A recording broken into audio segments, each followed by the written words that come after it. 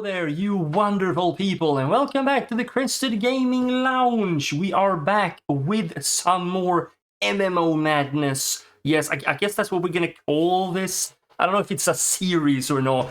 I just do MMO videos, you know that. I started off doing a lot of that, and that's just what you guys enjoy watching. Yes, there is still plenty of regular gaming content coming out, but I also will be doing all of this MMO stuff. And if you haven't seen already, I'll probably leave like a card somewhere here. I did make my sort of like, is these the potentially the best free-to-play MMOs to play in 2025 not that long ago. This is basically me now touching base a bit closer on those videos I mentioned in that on those games I mentioned in that video. So basically me just going through them a bit more in-depth, if you can say that, like in-depth. Basically checking out all those 6 games. There will also be another list of MMOs coming. It will sort of be the best MMOs, the best MMORPGs specifically, to play with your friends in 2025. So that doesn't necessarily have to be free MMOs. There will be some paid in there as well. Look forward to that. It will be coming. It will be one of those bigger projects as well. So it will take a while. There will be most likely other games, videos coming up in between. So today we're going to look at, as you see right there, yes, Star Trek Online. Yes, it's a game I have played quite a fair bit of in the past. A game that it has a very, very, how would I say this? A very unique audience on streaming platforms on YouTube. It is a very... It has a broad player base, I would say. There's a lot of people there, but it's also one of those MMOs that maybe not a lot of people have played. It has a very dedicated player base, let's call it that. People are very friendly, really want to help you out if you're new to the game. So if you haven't tried it already, highly recommend to do so. We're just gonna get straight into this deeper look at Star Trek Online. We're going to the final frontier. Yes, get your Romulan ale and let's get to it. Yes. Okay, here we are at the title screen as all of these. I guess title screen would be wrong for most MMORPGs. It is more or less as the character select screen for a lot of MMOs out there. It is here as well. You can see all my characters here. I have this one that I played recently for that video. We might just continue on this one. He's only level 5. He's just a tiny, lowly lieutenant. Yes. I think that we played TOS faction on this one, actually. You see here I have a bunch of older characters. This is one of my max levels. A Ferengi. I love the Ferengi. I love the Ferengi ship style aesthetic. I love everything about them. And as you can see, I've played numerous smaller characters as well. There's just a bunch of stuff. This game is glorious. The customization for your character, the customization for your ships, all of it's just great. We're gonna get into this one, I think. We're not gonna make a new character for this video, I believe. We're just gonna get straight. We might do that halfway through or something. We're just gonna get into it. Begin in the shadow of Astus something. I am a big nerd for these things, but I don't remember all the names. We're reading several Gorn ships on our sensors as well as the USS Zhangha. The Zhangha is hailing us now. On screen. Welcome to Edron 4. I'm Bridget McKinnon, CO of the USS Zhangha. Glad you could join us. My science teams are on site and conducting initial surveys. Apparently, this place is quite the geological marvel. We're not the only ones present, though. Our friends from the Gorn hegemony aren't terribly chatty, but so far they're keeping the peace. How can we help, Captain? Well, I'm sure my people wouldn't mind an extra hand down there on the geological marvel. Feel free to join the party. Sure. I'll send a team to the surface then. Press it up. Perfect. Okay, so we need to approach the planet.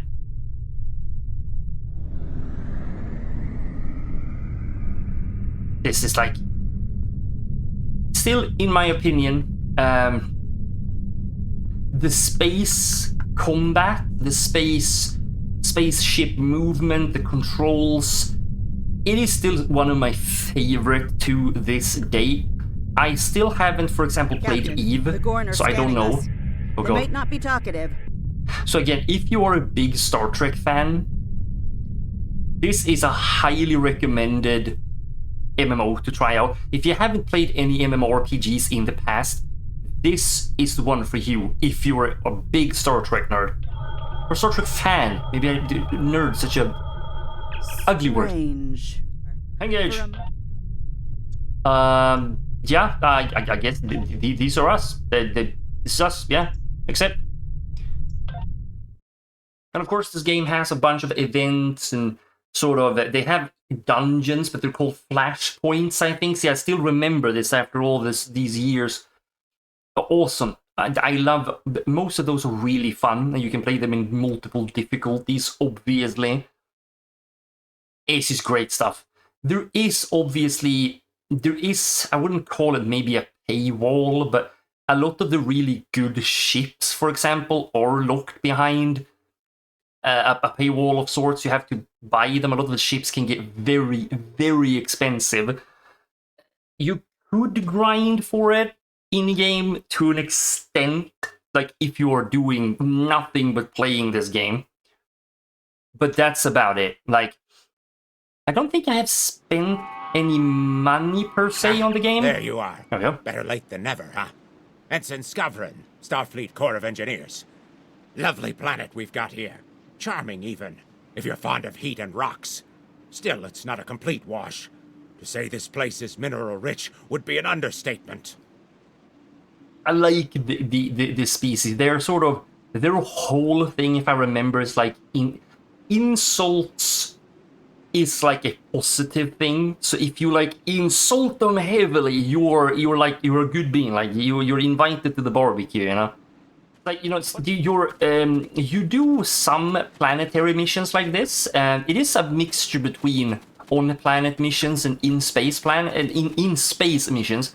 I will say though, the in-space ones where you control your ship is far superior. And there was this sort of like overall consensus that the planetary quests and Whoever gets the mineral missions, rights to this planet will be pleased. Very pleased indeed. it was kind of like just well known that people My were not readings very indicate there happy might be dilithium on this planet. with I'll need the to take more ground scans combat. to be sure. It was obviously sufficient, but a bit clunky. The variety of minerals in the topsoil alone is astounding. Which, you know, the game is old, right? And obviously their main focus was space combat, which they do very well, especially for a game of its age. The soil here Who would do this? Look! Over there! It's the Gorn! Love the old school Gorn. Oh my god. I will say, I never actually played the like the original series faction when I was I never actually played this faction. I always played like the modern one or like the Klingon faction. Because like in any good MMORPG, you obviously have factions. Captain, this is Lieutenant Newman. Like, I thought the combat was generally okay in the game. Even the ground combat, that is. But, like, obviously it is not great. Oh, we completely just disintegrate. I love that old disintegrate animation. They just kind of light up and go like, ah, and they're gone.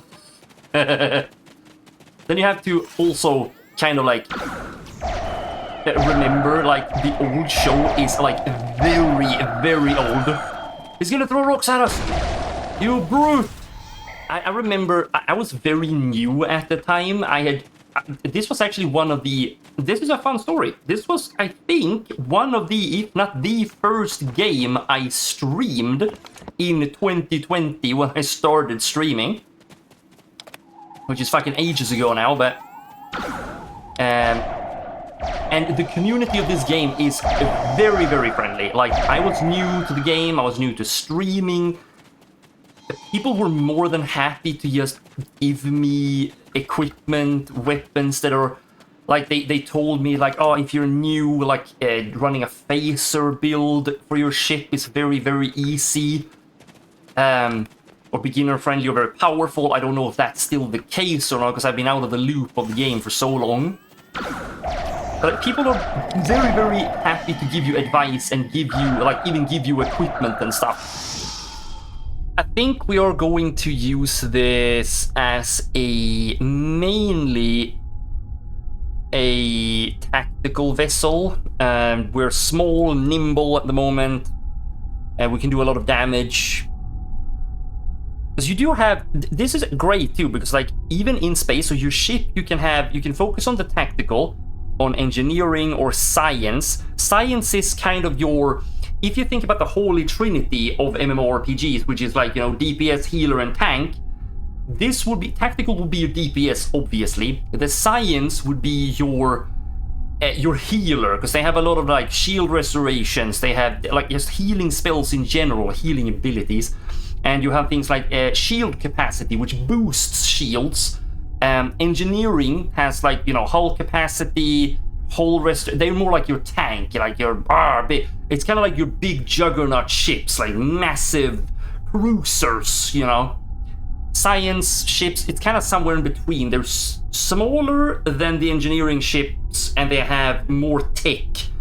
Tacticals are usually sort of smaller vessels, very fast, nimble, in and out, you know, drop mines, maybe in, shoot, revert, you know, really sort of tactical maneuvering. Thank you for coming. Recent temporal events have led to a need for understanding of 23rd century Klingon.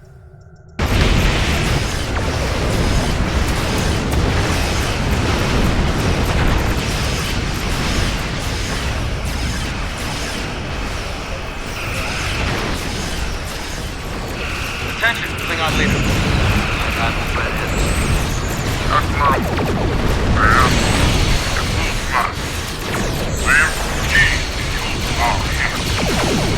Your offer of a ceasefire is accepted. Good. Because we're fighting, we're not talking. Prepare to receive my envoy.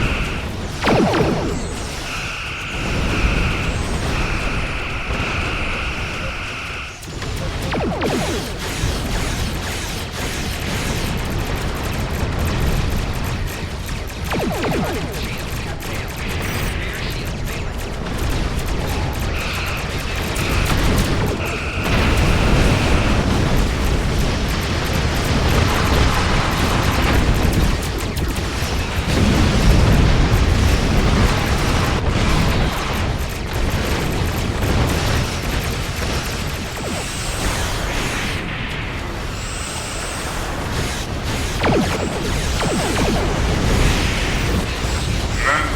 of the Federation, what you call your most remote borders, I call too close to Klingon territory. You only live now to serve as witnesses of Klingon supremacy, to be my herald. We do not desire to know you, but you will know our great houses standing as one under Kalish, reborn in me, Tukuma. I think we've seen enough for now.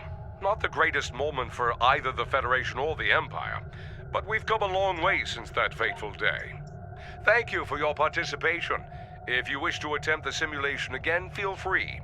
Our research teams will be happy to have more data to analyze on the battle.